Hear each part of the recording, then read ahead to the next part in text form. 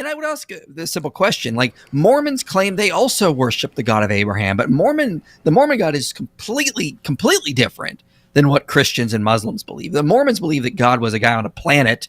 He got appointed to godhood. Then he got his own planet, which is Earth, and then we also get to one day be gods and have our own planets. And so, I mean, like Mormons can claim this stuff, but it's not the same God as Christianity. I think you need to hold to the essential core doctrines, especially the essential core doctrines about who God is. He is a Trinity. He is Jesus Christ who became incarnate.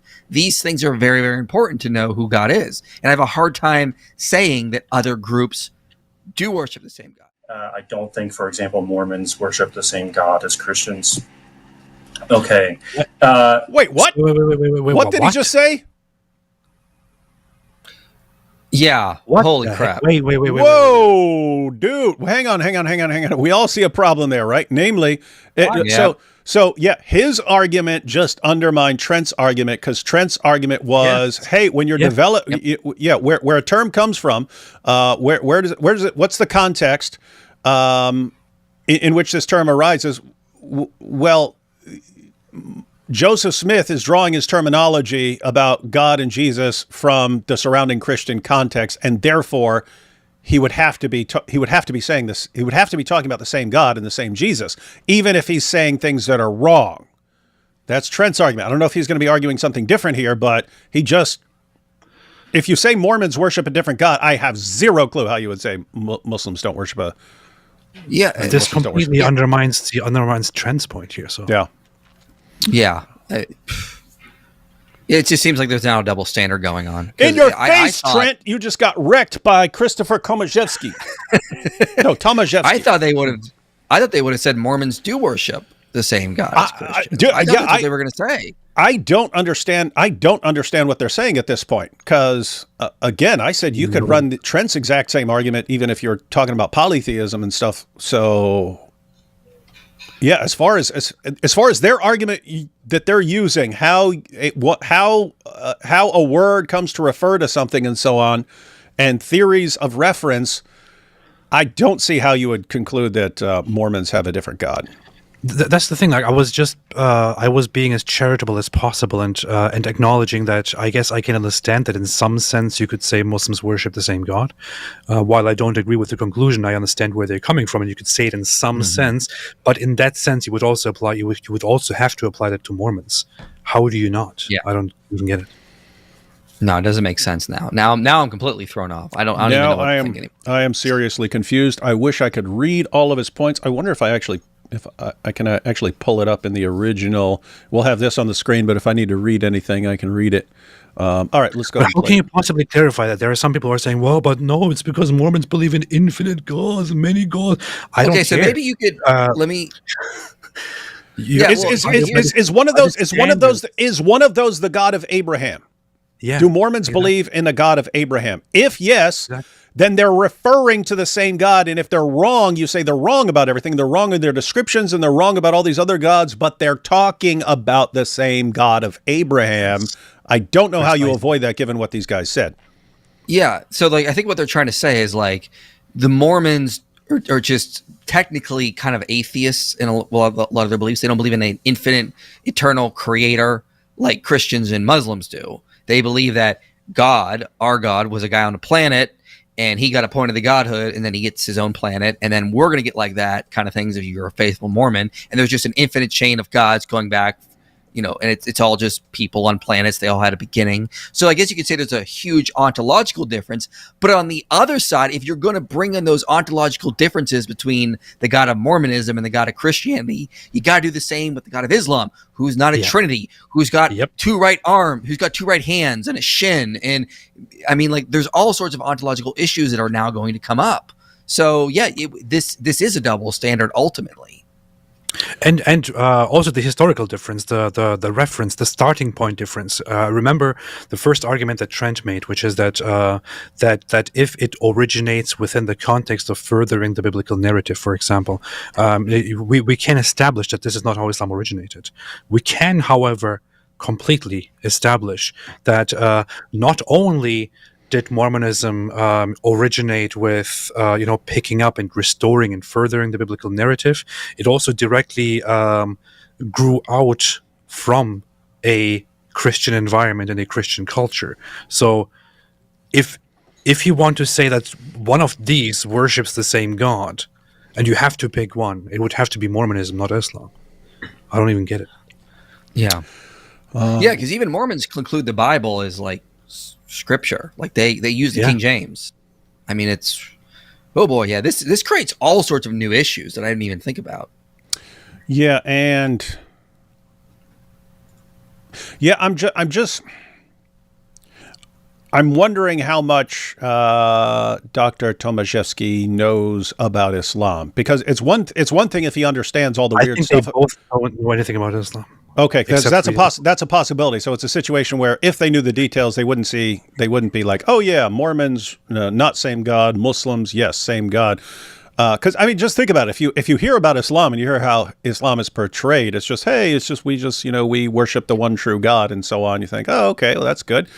When you get into the details, pretty weird, creepy stuff. But let's see what he's arguing here. I don't think, for example, Mormons worship the same God as Christians. Yeah, so the uncreated foot of Allah. Well, I mean, think of it like this though. If he thinks the Mormons don't worship the same God, and one of his reasons would be because he is a physical man who became a god, would he also have to reject Muslims for the same reasons, because their God has physical body parts similar to the God of Mormonism? Like, this is the funny thing. There are some people in the chat who said, "Well, obviously Mormons can't be seen in the same way, because Mormons, they don't worship the God. They worship different gods. They worship endless gods. They worship infinite." Dude, it doesn't matter. It absolutely does not matter. The way that Trent Doherty just qualified it and came to the conclusion that Muslims worship the same God that Christians worship, you would also have to argue that Mormons worship the same God, because why? They're talking about the same God that they ultimately claim to worship. They just have disagreements about this one God, right? This is argument number 2, and argument number 1 completely applies to Mormons, not to Muslims. So Mormons absolutely do claim to worship the God of Abraham.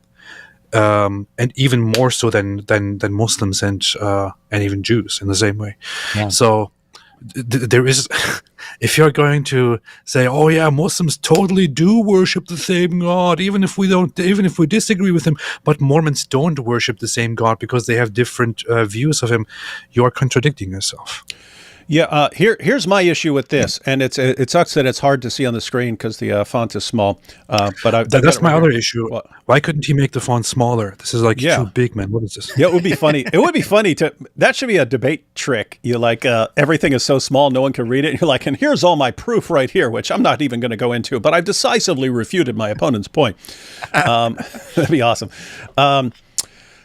So here's the issue. Following Trent's argument, if we go with Trent's argument, it would be, like, I think indisputable that you would say Mormons and Christians worship the same God from Trent's argument. As far as Christopher's argument here, I'm looking at, he's saying, hey, a sufficient condition on reference to and worship of the true God is referring and worshiping the unique, transcendent, immaterial, personal entity who created all that exists apart from himself, ex nihilo. And I think what he's saying is this is sufficient to say you're talking about the same God, but Mormons don't believe that about God, and therefore Mormons aren't worshiping this God. Muslims do believe this, and therefore they're worshiping the same God because they're meeting this sort of these core requirements. The issue there is, how's it not kind of arbitrary what you're listing as the core requirements of talking about the same God? Why not put triune there? Why not add triune in there? You could toss triune in there. Yeah. So one, we already pointed out, we're not, put it this way, definitely not all Muslims would meet that requirement. Some Muslims would meet that requirement. There are other Muslims who, their entire sects of Islam would have problems with this definition. Right. But suppose all Muslims adhered to this. Well, what if Muslims just said all powerful? You say, a sufficient condition for saying that we worship the same God is you believe that God is all powerful. Okay, well, I believe God is all powerful. They believe God is all powerful. Therefore, we're talking about the same God. You can put anything you want on your list.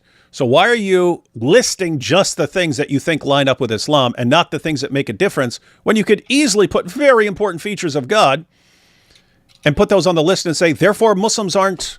So anyway, my point here is you just made the entire thing arbitrary. What are you going to put on your list of sufficient conditions to say that you are talking about the same God? So you're saying these, and if we go ahead and grant that Muslims believe this, then you'd say, okay, Muslims are worshiping the same God, but Mormons aren't, so they're excluded. Okay, why don't you put some things that Christians, Muslims, and Mormons all agree on, and therefore we're all worshiping the same God? If you could just say it, if all you have to do is list it, and so you could do that. You could put requirements that include that would make Mormons worship that would make us say that Mormons worship the same God. All you have to do is put some different things on there. Or you could add to that list even very important characteristics of God or features of God according to Christianity that would mean that Muslims don't worship the same God. So, I see some problems here. But let's go ahead and let him finish. Doing it, therefore, and worshiping him. It doesn't take more than that. It's just really easy, right? Moreover, we have a number of theological affirmations that this is the case from Paul in Acts 17:23 through 25, where he says, right, that he preaches to the Athenians the unknown God that they worship. Right. Okay, we have an affirmation from Gregory Palamas himself telling. Well, hold on. With Acts, what's that? With Acts, I sort of addressed that. Again, the difference is with Acts, it says that you worship the unknown God. You don't know anything about this God. I'm going to tell you who he really is. Muslims present a God who is contradictory to what we see in the scriptures, to what we see in Christian doctrine. Mormons do the same thing. That is why we could say they are not worshiping the same God as we do. If someone comes to you and says, I worship the unknown creator, no one knows who he is vast, and I'm like, oh, okay, that's Jesus. Let me tell you more about him. Because I'm not going to if I start teaching him about Jesus, about the triune God, he's going to learn all this new stuff about God that is not going to contradict what he already believed when he was worshiping this unknown creator. When you do the Muslims, they're going to be like, no, you're saying things that already contradict what we believe about God. And so that's where the problem happens. That's why Acts 17 doesn't work. Yeah, I would say, I don't think you can prove what he's saying from Acts 17. Mm-hmm. Do you believe that Aristotle believed in God? Well, he believed in a God. In a God, just like Muslims do, and just like Christians do, and so on. So, in that sort of generic sense, in Aristotle's sense, is he believes in a first cause, who for an unmoved mover, and so on. So, what are you saying, IP? Yeah, I just did a video about this, replying to a Mormon on this issue, because he was trying to say the God of the Christians is the God of Aristotle. And I brought up this issue in 1277, where the Bishop of Paris banned some of the teachings of Aristotle. And this is, but he didn't ban them because he was anti-science. He banned certain aspects that Aristotle taught that limited God's omnipotence. And his whole point was, we don't want to limit God's omnipotence. We should be able to explore all the options when we're doing natural philosophy. We shouldn't be limited by Aristotle. So I made the point here is that, Aristotle did believe in God, but it was not the God of the Christians. So, I was already arguing this a month or so ago on this whole issue. So, Aristotle believed in God, but he didn't believe in the God of the Bible, though. So so you started all this stuff? Differences. You started all this stuff, and then Cameron is just reacting to you? I apologize, Cameron. IP is the one who decided to cause massive division. I am the real problem. I was going after a Mormon. A Mormon was saying the God of the Christians is the same God as Aristotle. And so it seemed the Mormon was saying, we don't worship the same God. You guys worship the God of Aristotle. And I was saying, no, we don't. But you're right. We don't worship the same God anyway, at least for that point. As a matter of fact, Christopher did this. He said, here's a list of features that I would regard as qualifying you as worshiping the true God, right? He's saying this, and this. And we said, well, why not add more? So even he's saying, hey, if you're not talking about this, I don't think you're worshiping the true God. And that's why he said Mormons don't qualify. So point is, and guess what? that's different from Trent's position. I think Trent would have to, given his argument, he would have to say, no, Mormons are worshiping the same God. You can have a variety of positions between the two extremes. And you could say Muslims aren't worshiping the same God, because you could take Christopher's list and just add triune to it and say, okay, Muslims aren't worshiping the same God. So it's what are you putting on the list? What are you putting on the list? But you can't say, well, if you reject the Catholic position, then you have to say we're all worshiping different gods. Yeah. If you want to make the position that certain Orthodox patriarchs, for example, made statements that seem to be in agreement with this Catholic position, that wouldn't be a very good argument. There is absolutely no ecumenical council, nothing that is expected to be accepted as true by Orthodox Christians, which says that Muslims worship the same God, or that we are supposed to regard everyone who claims to worship the same God as worshiping the same God. Wrong. He says the Eastern Orthodox Church agrees with Vatican II. So in your face, said it right there. It's literally said it right there in the super chat. Destroy. Look, here, Brady. I think Brady posted this before we talked about it, but wouldn't they have to say Christians and Mormons worship the same God with that reasoning? With Trent's reasoning, absolutely. With Christopher's reasoning, no, because Christopher said, here are the attributes that would be required for saying you worship the same God. So we were all kind of visibly confused when I keep forgetting his name, but the second Catholic speaker, when he Tomaszewski. Yeah, when he said that that they wouldn't qualify everything as worshiping the same God. For example, he wouldn't Mormons. describe Mormons as worshiping the same God, and we were all a little bit confused about that, because it seemed from Trent Doherty's reasoning that Mormonism would have to be described as worshiping the same God as well. And from everything else that they described, let's leave aside all the implications of Mormon theology and how we can describe that Mormon theology results in actually worshiping an infinite number of gods that are kind of in a loop, or whatever you want to call it. They do claim to worship the God of Abraham, and they do claim to be monotheistic. They do claim to. It does emerge within the context of the Bible narrative and so on. So it seems rather arbitrary that they would say, we don't qualify Mormonism as worshiping the same God. Exactly. And this is that point of that core doctrine thing. It's like, okay, so what's the core doctrine? Oh, well, it's clearly Richard Swinburne's 9 or 10 list. Okay, but if we're going to include the Mormons like Dr. Trent does, then it can't be that 10 list, because the Mormons miss about half of those, right? Because God the Father is a man with a body who's created and who evolved to become God. That's the official Mormon doctrine for those that don't know. Matter is also eternal. So God is not, when a Mormon says creator, it's the architect rearranging existing prima materia. They do not believe that God created matter. Matter is also eternal in Mormonism. So they believe in many principles, and so it is fundamentally polytheistic, even though a Mormon says our one God, though, is God the Father, who's a dude, just a dude, right? So it's like, well, so does that count as mono? So in other words, it's arbitrary, exactly. So for Dr. Trent, Mormons make the cut. For Tomaszewski, because he's a Thomist, Mormons do not make the cut. They don't get enough of the, quote, essential attributes. And then even when coming up with a list, to include Islam, he had to be kind of arbitrary by not including like God is triune or something like that. And so that's kind of the issue with you. If you're going to say, hey, if you